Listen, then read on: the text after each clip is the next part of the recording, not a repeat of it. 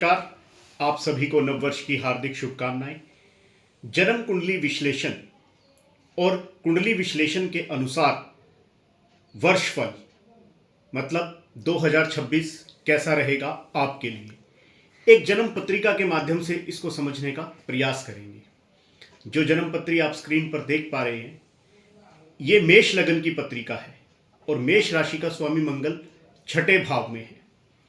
अब छठे भाव का मंगल अपने शत्रुओं के ऊपर विजय दिलाने में इंसान को कामयाब करता है। अगर उसके ऊपर कोई कर्जा चढ़ गया हो तो वो ज़्यादा समय तक कर्जा रहता नहीं है और उस कर्जे को निकालने में जातक सक्षम होता है। इसके साथ ही ये जन्म कुंडली मकर राशि जो दशम भाव में शुक्र का योग बना करके बैठी हुई है केतु के साथ। अब केतु कुंडली में 0 डिग्री के हैं और शुक्र यहाँ पे 13 डिग्री के हैं।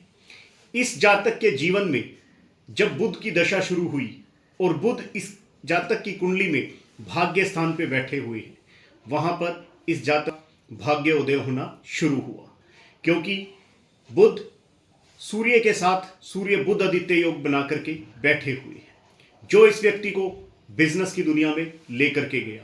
शुरुआत छोटे बिजनेस से हुई, परंतु वृश्चिक राशि के चंद्रमा जो अष्टम भाव में बैठे हुए हैं, वहां पर मन को किसी भी तरह से छोटेपन में लगने नहीं दिया। विचार क्षमता हमेशा आगे जाने की और एक प्रोग्रेसिव अप्रोच की थी। कौन से ग्रह ने इसको प्रोग्रेसिव अप्रोच दी, इसी के बारे में कुंडली के माध्यम से समझने का प्रयास करते हैं। देवगुरु बृहस्पति जो सप्तम भाव में बैठे हुए हैं, बिजनेस की समझ और दुश्मन के दिलों को भी जीतने की जो कला इस व्यक्ति के पास है, यही इसको इसके बिजनेस की दुनिया का शहंशाह बनाती है। आप देख रहे हैं कि सूर्य बुध आदित्य योग के साथ ही इस जातक की कुंडली में मंगल और शनि का विस्फोटक योग छठे भाव में बैठा हुआ है। अगर जीवन में किसी ने भी इस व्यक्ति के साथ शत्रुता की तो आगे चल करके उस व्यक्ति को इससे दोस्ती ही करनी पड़ी, क्योंकि मंगल छठे भाव के अंदर बैठ करके इंसान के जीवन में कभी भी शत्रु को पनपने नहीं देता है। वृश्चिक राशि का चंद्रमा अष्टम भाव में थोड़ा सा कॉमन सेंस को मजबूत बनाने का प्रयास करता है, क्योंकि अष्टम भाव का चंद्रमा द्वितीय भाव को अपनी वृष राशि को देखता है और वृष राशि जो चंद्रमा की उच्च की राशि मानी जाती है। धन की समझ, धन के ऊपर पकड़ इस व्यक्ति के जीवन में इसको आगे ले जाने का काम करती है। अब चतुर्थ भाव में बैठे हुए राहु और कर्क राशि में, और कर्क राशि का स्वामी चंद्रमा नीच में, संपत्ति के मामले में एक अच्छी समझ, परंतु प्रॉपर्टी के संबंध में इस व्यक्ति को हमेशा सावधानी रखनी पड़ेगी। ऐसा जातक अपने जीवन में एक से ज़्यादा संपत्ति बना लेता है, परंतु उस चीज़ को जो संभालने की ताकत इंसान में होती है वो कहीं ना कहीं कमी आ जाती है। अब यही शुक्र जब मकर राशि के बैठे होते हैं और मकर राशि का स्वामी शनि, इस जातक की दशा 2005 में बुध में सूर्य की आई और जैसे ही बुध में सूर्य की दशा आई, इस जातक ने अपने छोटे से बिजनेस को रैप अप करके एक नया बिजनेस शुरुआत किया। मकर राशि का स्वामी शनि, शनि इंसान को लोहे का बिजनेस देता है। यह जातक लोहे के बिजनेस से जुड़ा और वहां पर जाकर इसने उस छोटे से बिजनेस को एक बड़े एम्पायर का बदलने में महत्वपूर्ण भूमिका निभाई। अब यही जातक की दशा 2006 तक बुध में सूर्य की चली, वहां पर इसके जीवन का टर्निंग पॉइंट आया और इसने अपने जीवन में कामयाबी हासिल की। परंतु जैसे ही जीवन में केतु की दशा आई, थोड़ी स्थिरता हुई और ये दशा 2016 तक चली। कामयाबी तो मिली, परंतु जीवन में उसी प्रकार इसके जीवन में अड़चने भी आती रही। क्या दशम भाव में बैठना इंसान के काम से संबंधित सभी मामलों में कहीं ना कहीं परेशानी देता है, सरदर्द देता है, माइग्रेन से संबंधित दिक्कतें देता है। जातक को समझ में नहीं आता कि मैं जो काम कर रहा हूं क्या उसमें सफलता मिलेगी या नहीं मिलेगी, क्योंकि बुध यहां पर अस्त हो चुके थे सूर्य के साथ।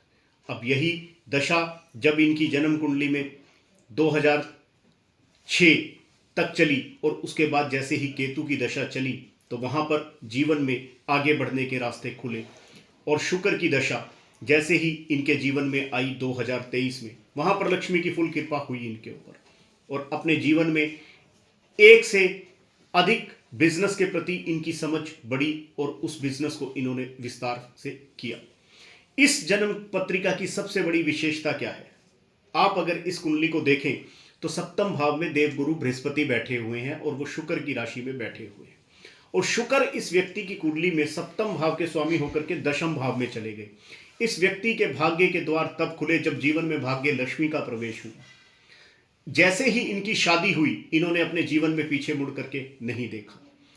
उस जीवन संगनी ने इनके साथ एक मजबूत और महत्वपूर्ण भूमिका निभाते हुए हमेशा इनको एक मोटिवेट रखने का प्रयास किया और आगे जीवन को चलने की एक दिशा दी। भाग्य ने साथ दिया और कर्म ने इनके अपनी पूरी मजबूती के साथ जीवन में आगे ले जाने का काम किया। जब भाग्य और कर्म जुड़ते हैं तो दुनिया की कोई भी ताकत इंसान को आगे बढ़ने से नहीं रोक सकती। यही अब बात करते हैं वर्षफल की। इस पूरा वर्ष में इस जातक की जन्म कुंडली में देवगुरु बृहस्पति तृतीय भाव में रहने वाले हैं, और तृतीय भाव होता है पराक्रम का। पराक्रम मजबूत रहेगा, विल पावर मजबूत रहेगी, और अपने जो इसके मित्र हैं और जो इनके सगे संबंधी हैं उनकी मदद करने के लिए पूर्ण रूप से आतुर रहेंगे। यही देवगुरु बृहस्पति जब 2 जून 2026 के बाद चतुर्थ भाव में आएंगे, और चतुर्थ भाव प्रॉपर्टी का भाव, इनके जीवन में नई प्रॉपर्टी का आगमन होगा और हो सकता है अपने कार्य स्थल पर रहकर ही ये आगे बिजनेस को और फैलाएं। नए वाहन के योग भी बनेंगे 2026 के बाद, 2 जून 2026 के बाद नए वाहन के योग भी बनेंगे और प्रॉपर्टी के योग भी बनेंगे।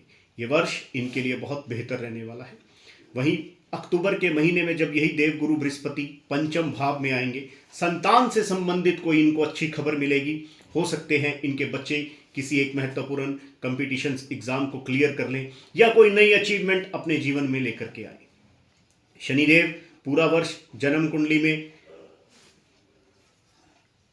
12वें भाव में रहने वाले हैं। अध्यात्म से संबंधित यात्राएं पूरा वर्ष खूब करेंगे, और जितना अध्यात्म से जुड़ेंगे उतना ही इनके जीवन में काम, यानी कि अपने जीवन में जो इनकी बिजनेस से, ये जिस भी बिजनेस से जुड़े हुए हैं उस बिजनेस में इनको तरक्की मिलेगी, क्योंकि शनिदेव इनके दशम हाउस के और एकादश भाव के स्वामी हैं। दशम भाव हमारे कर्म का और एकादश भाव हमारे फुलफिलमेंट ऑफ डिजायर्स का, इच्छा पूर्ति का। जितना अपना कनेक्शन भगवान के साथ रखेंगे और भगवान की यात्राएं करेंगे उतना ही इनके जीवन में इनको कामयाबी मिलती चली जाएगी। एकादश भाव में राहु देव, अपने धन संबंधी मामलों में पूर्ण रूप से ध्यान रखना है। मुझे अपना धन कहां पर खर्च करना है और कहां पर खर्च नहीं करना, इस बात का गहनता से पूरा वर्ष इनको अध्ययन करना पड़ेगा। नहीं तो कोई एक ऐसा व्यक्ति जो इनको गुमराह करके इनको नुकसान पहुंचा सकता है। इसीलिए मैं हमेशा एक ही बात कहता हूं कि भावुकता में अगर ज्ञान का प्रकाश ना हो तो यही भावुकता हमें अंधकार में ले जाने का काम करती है। इसीलिए हमें जीवन में मदद तो करनी है लोगों की, परंतु हमेशा इस बात का ध्यान रखना है कि कहीं सामने वाला हमारी किसी कमजोरी का फायदा तो नहीं उठा रहा। इसी मन और साधना के साथ जब आप आगे बढ़ेंगे तो निश्चित रूप से आपको सफलता प्राप्त होगी।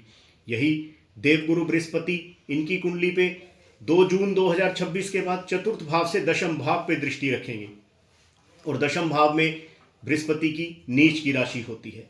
अपने कार्यस्थल पे थोड़ा ध्यान रखना है।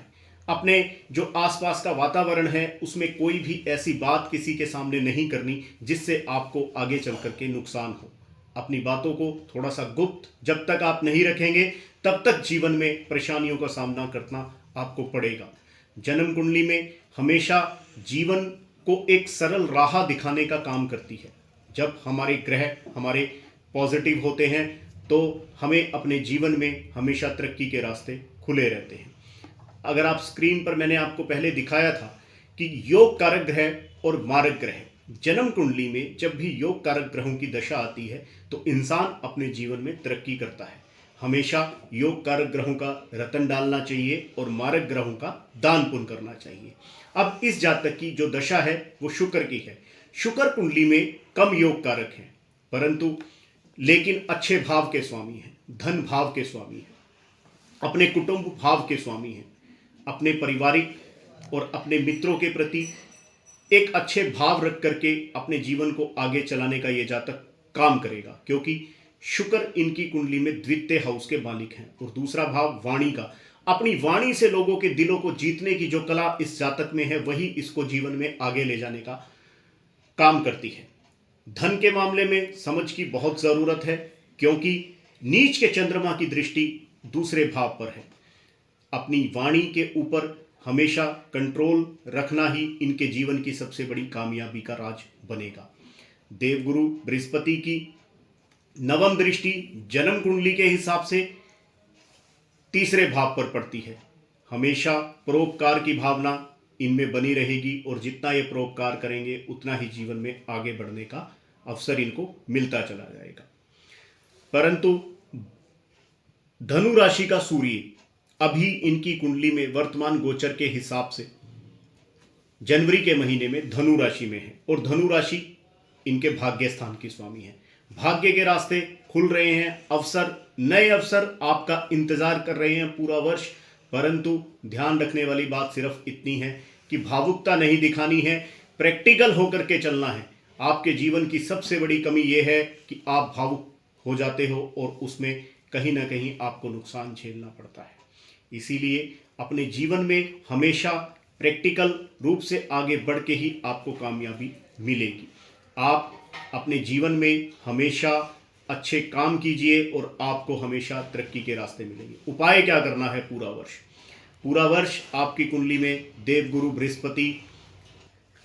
बृहस्पति आपकी कुंडली में 3 घरों में गोचर करेंगे पूरा साल, और देवगुरु बृहस्पति आपके सप्तम भाव में स्वामी है। सबसे बड़ा उपाय, अपनी धर्म पत्नी के साथ किसी भी तरीके का वाद विवाद पूरा वर्ष नहीं करना है, उनकी बात माननी है। यहीं से आपके जीवन के रास्ते खुलेंगे।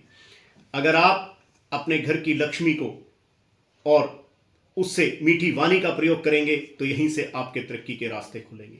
पूरा वर्ष शुक्र यानी कि किसी भी लक्ष्मी नारायण जी के मंदिर में आप इत्र का दान कर सकते हैं शुक्रवार के दिन, और वीरवार के दिन हो सके अगर आप किसी भी तरीके का नशे का सेवन करते हैं तो उससे दूर रहें।